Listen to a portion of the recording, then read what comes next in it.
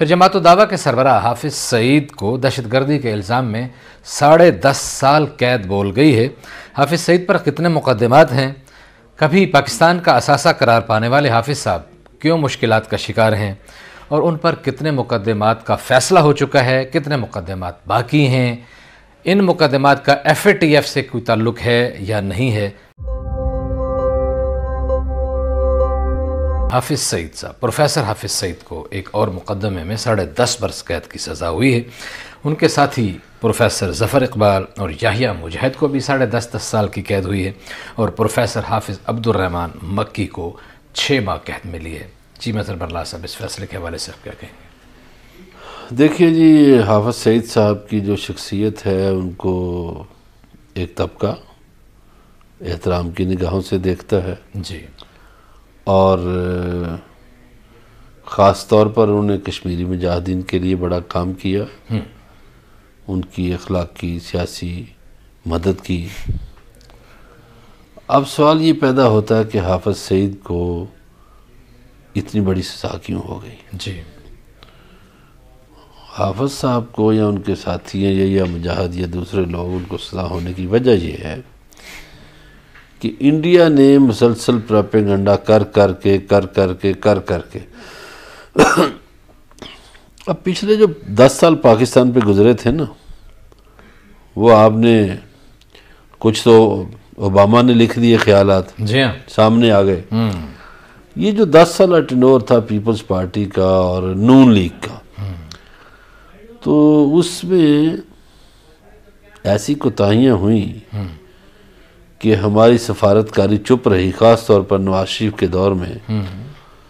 تو جس کو مرضی انڈیا نے دہشت گرد قرار دلوا دیا، کبھی وہ بہاولپور والے جو صاحب تھے ان کو، کبھی حافظ سعید کو، اور انٹرنیشنلی کہلوا دیا۔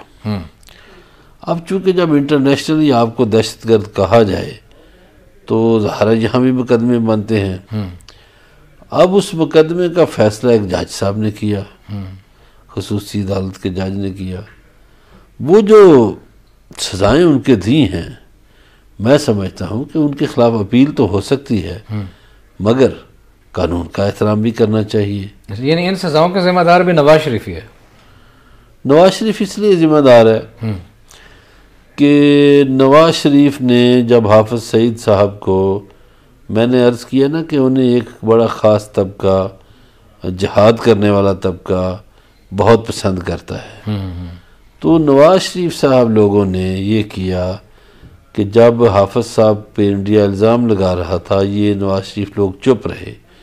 جب حافظ صاحب کا مقدمہ وہ انٹرنیشنلی لے کر چلا گیا UN میں، اور حافظ صاحب کو دہشت گرد قرار دے دیا گیا، اب دیکھیے پہلے نواز شریف ان سے ووٹ بھی لیتے رہے، اب پھر انہوں نے 2018 کے الیکشن میں ملی مسلم لیگ کے نام سے الیکشن بنائی تھی، ٹھیک ہے جی، بالکل ایسے۔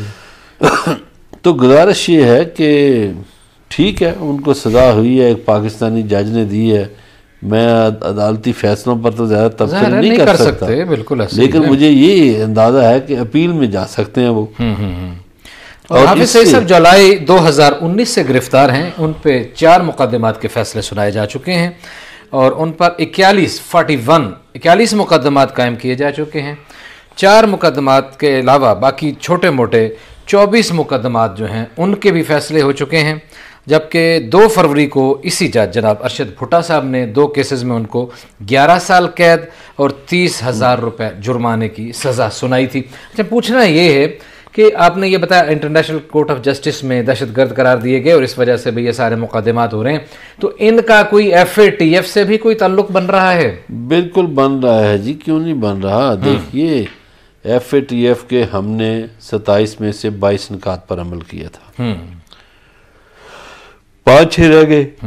اس میں سب سے بڑا تھا منی لانڈرنگ، دوسرا وہ مقدمہ کرتے تھے کہ آپ دہشت گردی کے خلاف لڑتے ہیں، آپ کی قوم، آپ کا افواج قربانیاں دیتی ہے، لیکن وہ جو حافظ سعید دہشت گرد گیا اس کا کیا کیا؟ تو وہ جوڑ رکھا تھا ان سے۔ تو اب میرا خیال ہے سزا ان کو ہو گئی ہے، ان کے ساتھیوں کو بھی ہو گئی ہے۔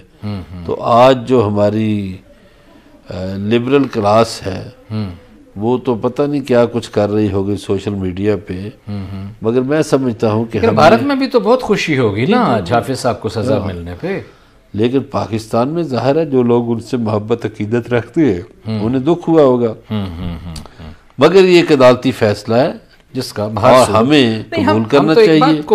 اور یہاں دیکھیے جو کشمیر کے حوالے سے بات ہے، کون سا پاکستانی ہے جو کشمیر نہیں چاہتا؟